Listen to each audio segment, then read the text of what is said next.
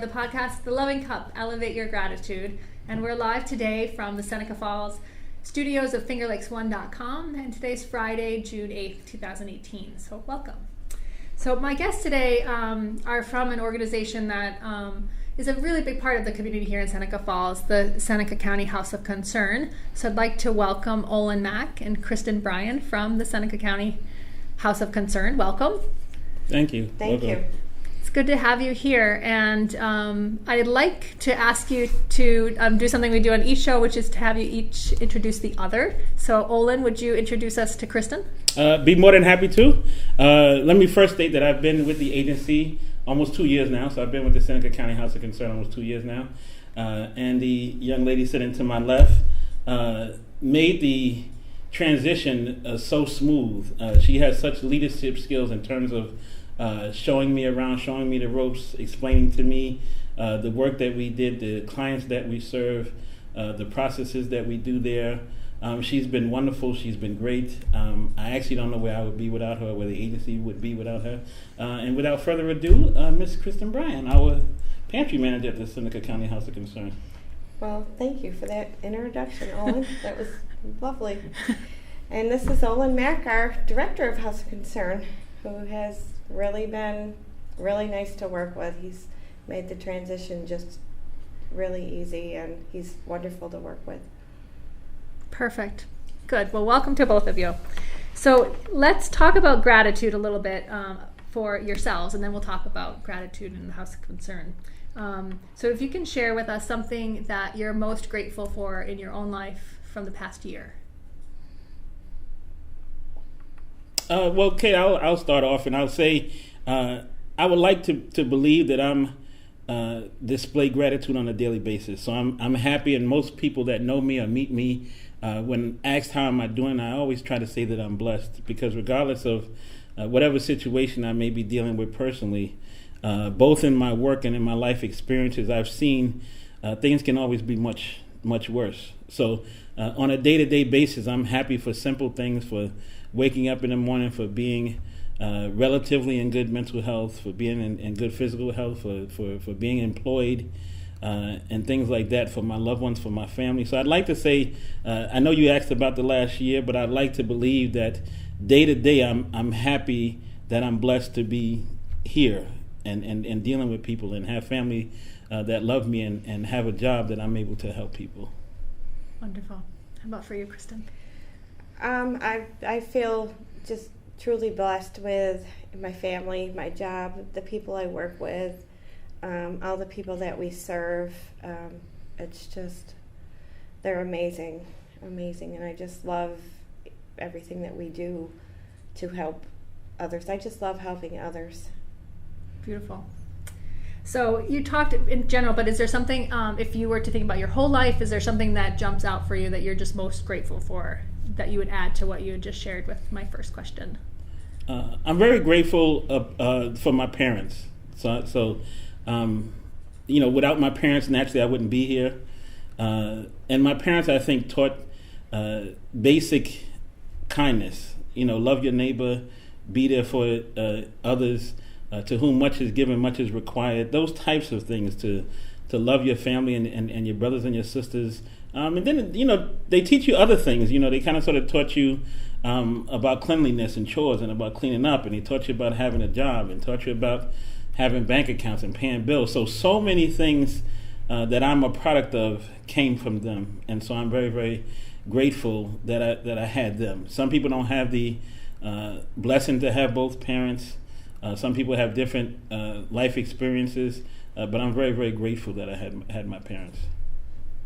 Wonderful. I'd have to say the same. I mean, I'm very grateful for both of my parents, especially my grandparents. Growing up on a farm and, learning what hard work was about at an early age, and, getting up doing chores and milking cows before school, and then getting ready for school, and and then the hot summers of, baling hay and doing, field work and tractor work. And of course, my grandkids are probably the biggest blessing of my life. I just wouldn't know what to do without them now that I have them. That's awesome. Yeah, I loved seeing my parents become grandparents. It's pretty awesome. Just to get a different appreciation for it. Definitely. It's a whole nother love. That's beautiful. Do you miss the farm? I do. I do. So she's got other skills that you didn't even know about. See, wait. Don't worry about it. We're going to expand here. So talk to me about something that you're grateful for now, but at the time you were not grateful for. The ability to go to college. I went to Syracuse University. At the time when you're in high school and you're leaving or applying for colleges, your parents talk about the responsibility of school, and they talk about the sacrifices, but I don't think that you really fully understand it while you're there and you're going through it. I think a lot of that stuff you take for granted. And then, I've been able to look back now and where would I have been had I not went to Syracuse University, had I not met the friends I had and had the experiences I had and went on the trips that I had, and made some of the mistakes that I made. Kind of sort of where would I be? And that was a catalyst for a lot of the blessings, a lot of the good things that have happened in my life. That was a catalyst for it. But at the time, I was, I was taking it for granted. I was like, this is a given. What do you mean? This is, what it is. But in hindsight, it was such a blessing.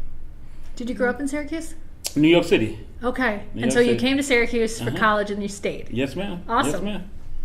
Very nice. Well, I'm glad that happened, because we're glad you're here. How about for you, Kristen? I'd have to say for myself, I have a new appreciation of people in general. I have a son with special needs, and I used to think, oh my God, that kid's a brat in the store, and carrying on and not realizing, that they really weren't being a brat. That's just, that was just how they acted because of their disability, not realizing it. So I definitely have a better appreciation of, I don't just assume, that child's a brat anymore, or, or just misbehaving. I have a more appreciation and better understanding of behaviors and people with special needs in general. It's a good lesson. So talk to me about the community and what you're most grateful for about the community that you live in. I'd have to say that the people of this community are just amazing. I mean, the outpour of support that we receive daily, monthly, annually. Without their support, we couldn't do what we do. It's just an most amazing community. A lot of loving people. A lot of people just give in different ways, whether it be time or money or helping out with events or my mobile pantry. They're just amazing. It's unreal. That's awesome. How about for you? I have to double down on what Kristen said. I've been in not-for-profit management for over 20 years, close to 25 years. And I've said it before, I've never seen a community like the Seneca County community in terms of the benevolence that they have for those that are less fortunate to them. And that benevolence, in my opinion, spans the whole community. So it spans the faith community, spans the business community, it spans the retired community, and just community neighbors in general. And recently, let's say in the past year or so, I've been really becoming aware of the fact that those communities pass that same experience and that same knowledge and responsibility down to younger people. So the Seneca County House of Concern has been very fortunate in terms of clothing drives and can drives from the schools, in terms of young people wanting to come, whether they're from the schools or they're from the Boy Scouts or Girl Scouts, and wanting to help and wanting to volunteer and wanting to give back. And even some of the special needs agencies have brought their clients down in order to volunteer at the agency and help us to serve others. So this community, by and far, in terms of the way that they give back and the way that they have benevolence and care about those less fortunate than us, are head and shoulders above any community that I've been in before. That's awesome. So I hope all the Seneca County folks who are watching hear your words of appreciation for what you do, what they do to help you. So I would like to talk a little bit about gratitude and the work that you do at House of Concern, but it may be helpful if you could just give a quick elevator speech about what Seneca County House of Concern is and does for folks who don't know. Well, our basic mission is to help those in need, and that sounds broad, but our basic mission is to help those in need with basic things like food, clothing, household items, and to treat everyone with dignity and respect. So if a person is in need, we have a food pantry that's open Monday through Friday. It's open 5 days a week. We have a thrift store with gently used clothing, furniture, household items, and things like that. Anybody that comes to us, we help them in any way that we can. We have some on-site help that'll help people sign up for the Department of Social Services, some social services things. We have someone on site that'll help people sign up for insurance.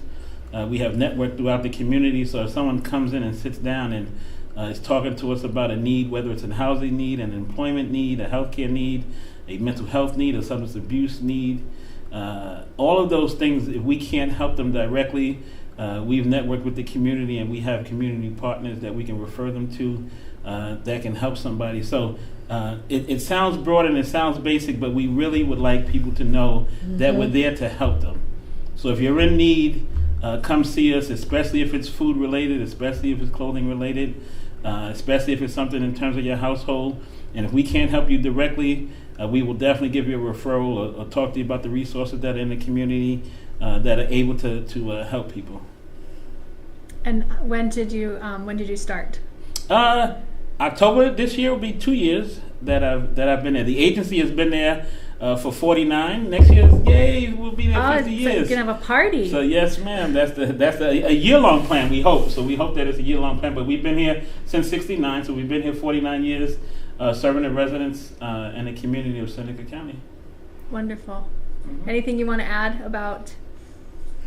He pretty much said it all. I mean, we do what we can for. With what we have to work with, and then, like he said, if we don't have it, we definitely find out where they can get that help. We'd like to think that in addition to helping people, that we're advocates for them too. Mm-hmm. So we definitely have picked up the phone and called various services, various county departments. Sometimes people are in a situation and because of pride, because of education level, because of language barriers, because of mental health status, sometimes they're not able to speak for themselves.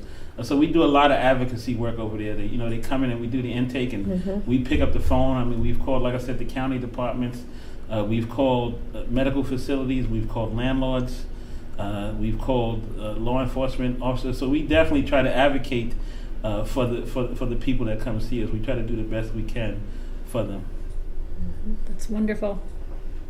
So, so thank you for telling us about the organization. So anything that jumps out for you as far as the relationship with the community and gratitude?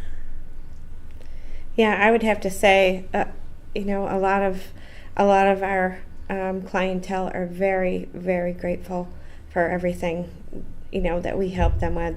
I mean, they tell us some pretty horrific stories at times, and you sit there and have tears rolling down your eyes as well, and sometimes they're so grateful that they do cry because of the help that we're giving them, and they just appreciate us way more than what some people think. I mean, they're really grateful. I mean, we get emails, we get letters, we get phone calls from clients that have received our services. Which I think is such a blessing that people are happy enough that they've been blessed. We have people that use our services for a limited amount of time and reach out to us when I was down and out, when I was feeling low or whatever. You guys were able to help us. And I remember a letter that I read, and someone said how low they were feeling and how their self-worth wasn't there, and the staff at the House of Concern was able to help them build that back up. They came, they gave them services without any questions asked. They came and they gave them services without calling judgment on them, and how they felt comfortable receiving those services. And they may have received our services for 6 or 8 months, and they were back on their feet and they were doing much better, and they just wanted to reach back out to us and share that gratitude, say thank you. And one of the other things that I think is nice about the House of Concern is that clients themselves tell other people. If we were a for-profit agency or organization, you want people to tell other people about how good the services are and how nice the help is and how good the customer service was and how they went the extra mile for you. And we're not for profit, but it is nice when people are in a situation, they've lost their job, they've lost their home, they've had a home fire, they're dealing with domestic violence, they're dealing with the breadwinner no longer being in the home, and all those types of things. Some of our clients are able to say, hey, there is help in the community, there is somebody that's going to help you, there is help out there, and the fact that they're going to treat you with dignity and respect, because some people are very hesitant. I don't want to tell anybody I need this service, right. I don't want to tell anybody I need this help. And the fact that our clients are able to be some of the best witnesses for us, I think that I tip my hat to that in terms of gratitude in the community. That's awesome. So you have a couple of things coming up, and perhaps people want to help and participate, and I thought maybe you could tell me about some of the things that you have planned. Okay, the House of Concern has a lot of things planned. Before we talk about the things that are planned, let me say to your listeners, I'm sure that we had some of your listeners that have supported us at our Traveling Little Black Dress, so we're very, very happy for the community and the business support that we got for the Traveling Little Black Dress. As of June 1st, we've entered into our annual Need to Feed challenge. So Need to Feed is a wonderful, wonderful fundraiser. Basically, the agency reaches out to various churches and businesses and individuals in the community. We ask them to contribute to a Need to Feed fund. So we usually do that soon after the Little Black Dress. And after we've raised the fund from these individuals, we challenge the community to match that fund that we had. So we're in the challenge phase of the campaign right now. It's going to run from June 1st to June 30th.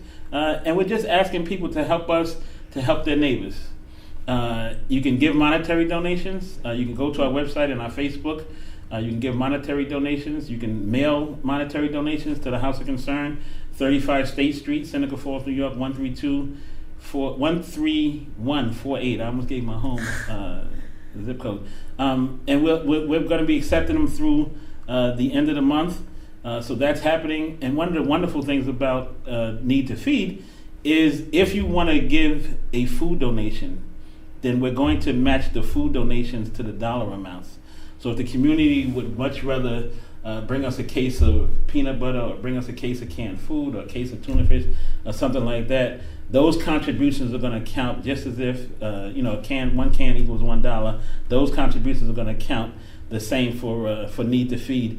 And it's such a simple campaign, just asking, help us feed your neighbor, help us take care of your neighbor. So that's a wonderful thing.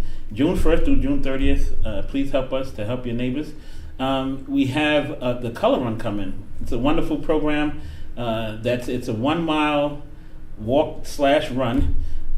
It's youth-based, so we're trying to get young people to understand what we do at the House of Concern, and we're also trying to get young people to understand the issues of food insecurity and how they can help and how they can give back in terms of helping their community. It's going to happen on Saturday the 16th, Saturday, June 16th, up at Minders.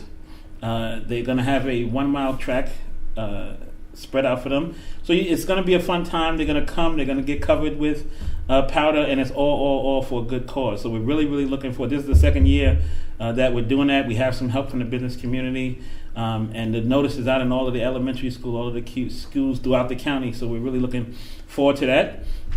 And one of the big events we have coming up is August 18th. We have our Canal Crawl coming up. So this is going to be the third year of Canal Crawl. It's been growing every year. There's information. We've opened up registration for the Canal Crawl on our website, and the Canal Crawl has its own Facebook page. So we're looking for all of those things in terms of the community. We'd like the word to get out about some of the events, especially the Color Run and the Canal Crawl. They're exciting events. They're physical events. They're activity events. They're family-friendly events. They're open to everybody, and they've grown year after year, so we're really looking for them to expand. And basically, if you, in terms of Need to Feed, that's as basic as it gets. So we're going to run that through June 30th, and they can check out our website in order to help us. Okay. And your website is? www.houseofconcern.org. Beautiful. So is there anything else that you would like to add? Anything else you'd like to talk about gratitude? Maybe a gratitude practice, or something that you're most grateful for in Kristen, or something you're most grateful for in Olan? Anything jump out? Well, I was going to say with as far as our clientele, we've had some, like he said, that we just temporarily helped, and then when they got on their feet, they actually gave back to us with help, with volunteering or making small monetary donations or donating their time, which that's is wonderful. Really showing their gratitude. Absolutely. I mean, that's a powerful way to say thank you. It really is. It really is. I mean, I don't think I would be overstepping to speak for me as a director and my board of directors to say that we're very, very happy and grateful for the work that the staff at the House of Concern does. It is very natural for not-for-profits to not be able to compensate you monetarily. So a lot of all of the staff do it from some other perspective other than getting paid monetarily. And I, as the director and the board of directors, readily acknowledge that part of what the staff does on a day-to-day basis is to give back. Sometimes it's the nature of the beast that not everyone that comes in there is happy, is in the best spirits, but the staff deals with them and deals with them with dignity and respect.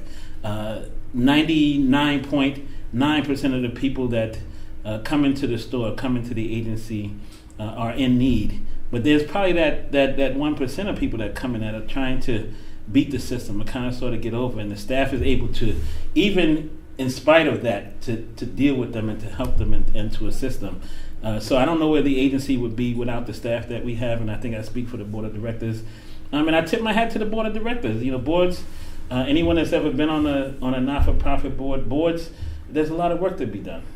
We don't always see that, and they don't get paid for that, but the time that they put in order to host the fundraisers, in order to make sure that the organization is sustainable and established, and to help the staff to deal with the crises that happen on a regular basis, I tip my hat to my board of directors, and I tip my hat to everyone who has ever helped the House of Concern for as long as we've been around, and I tip it twice to the people that consistently help us, because we wouldn't be without the businesses and without those that show benevolence to the agency, we wouldn't be here. So very, very grateful for all of those.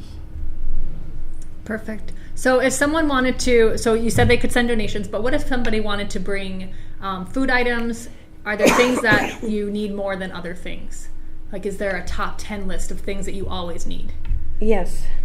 Yes, there is. That would be canned fruits and vegetables, canned